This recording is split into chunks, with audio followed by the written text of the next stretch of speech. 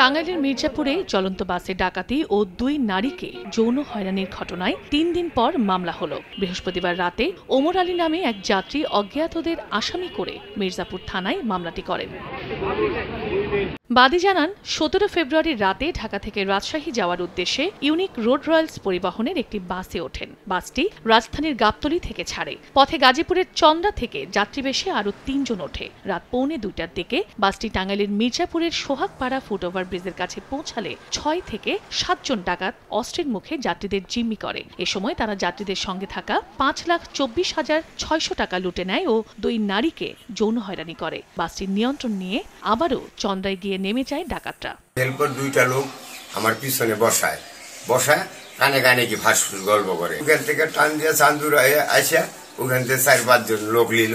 ডাকাতি শুরু হয়ে গেছে হচ্ছে যার কাছে যা আছে সব দিয়ে নন্দন পার্কের সামনে গিয়া ব্রিগেড দিয়া ওরা ডাকাতরা নামে যায়। পুলিশ বলছে ঘটনার তদন্ত করে জড়িতদের আইনের আওতায় আনা হবে।